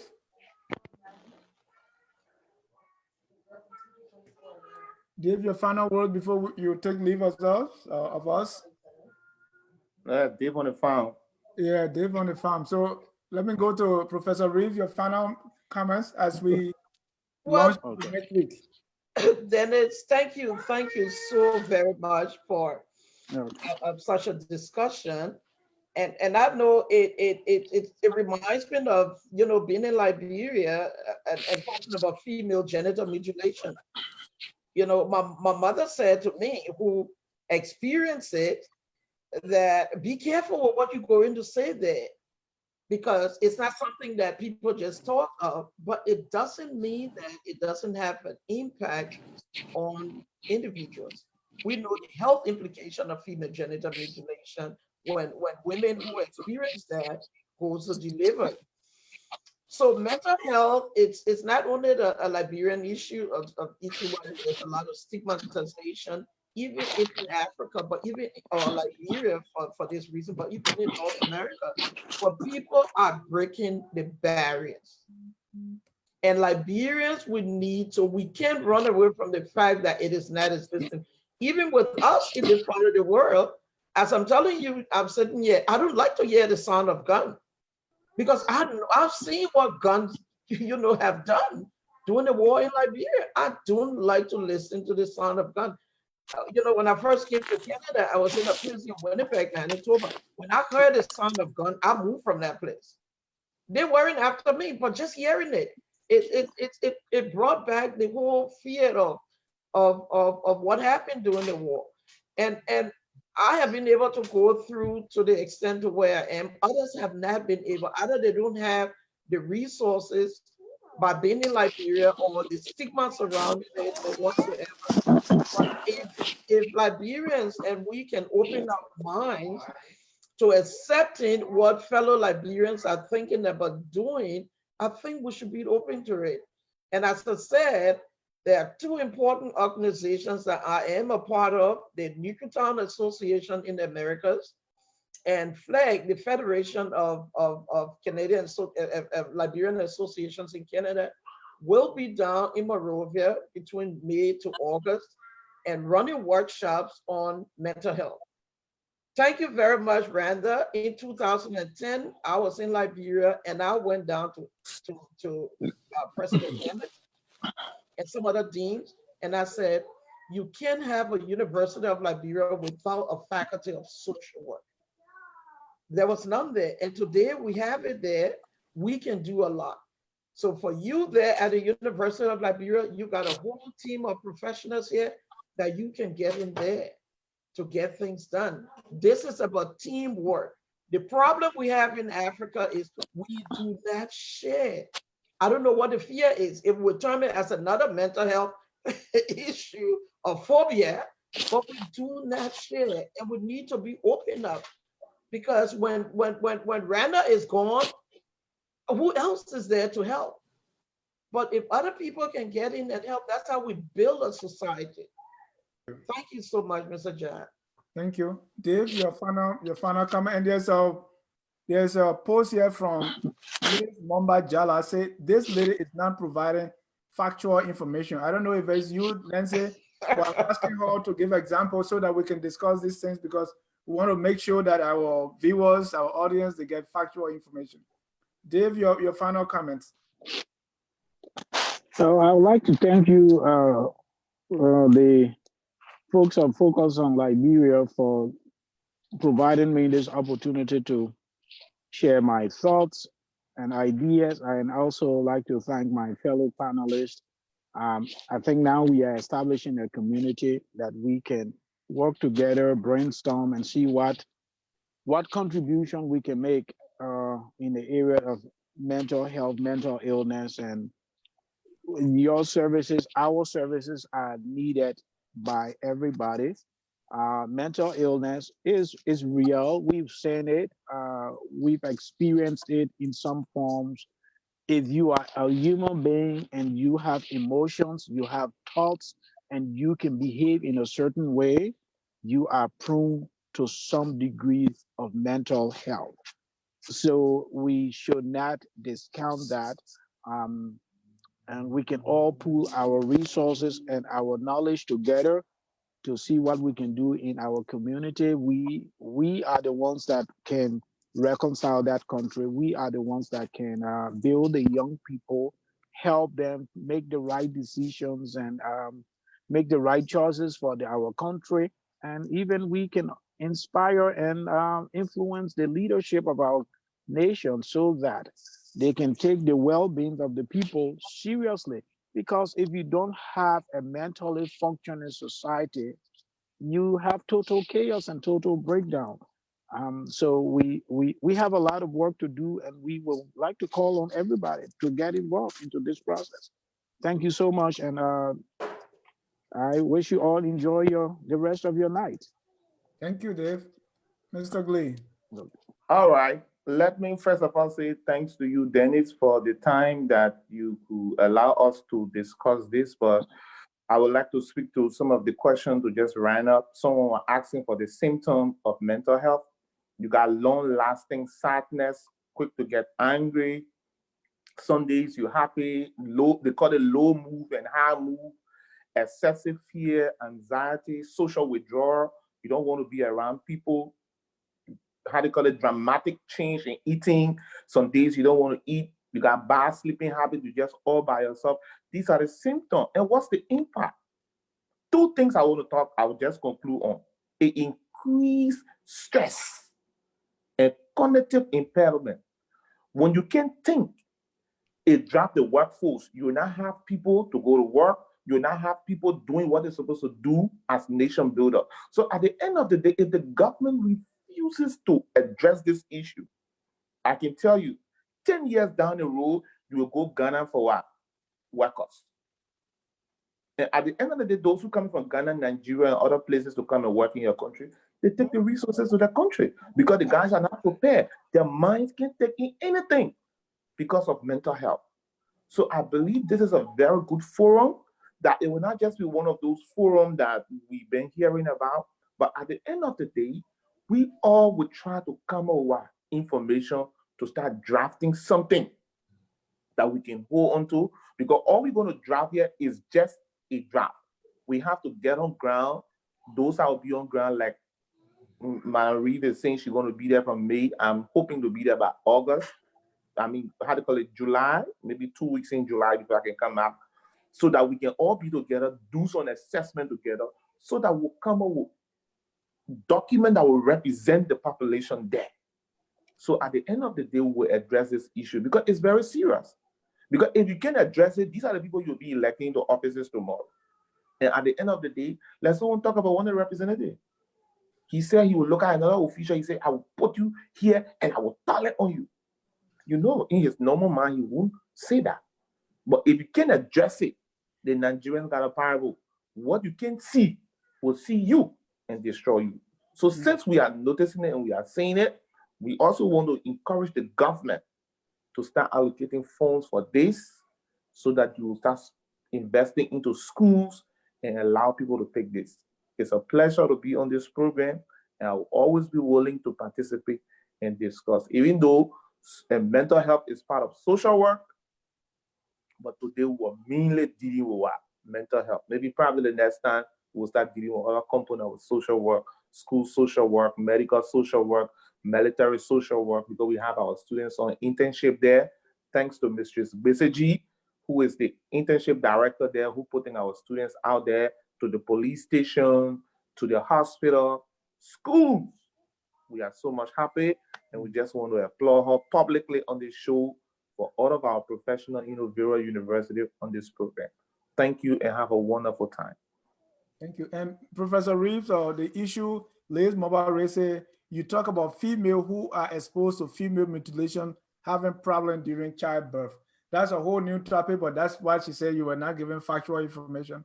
That's very good, because just last year, 2000 and let's leave it there. No, I'm coming there. It's 2014. There was a global conference on female genital mutilations. You know, people get sucked up into their own belief system. And we're not going to openly discuss it here, but I would send that person back to the research. Just type in FMG, and you will even see the picture and the impact it has on women giving birth who have experienced that. A lot of medical doctors will tell you that. And as I said, my mother went through it. We did not go through it because my dad would not allow it. But my mother went through it.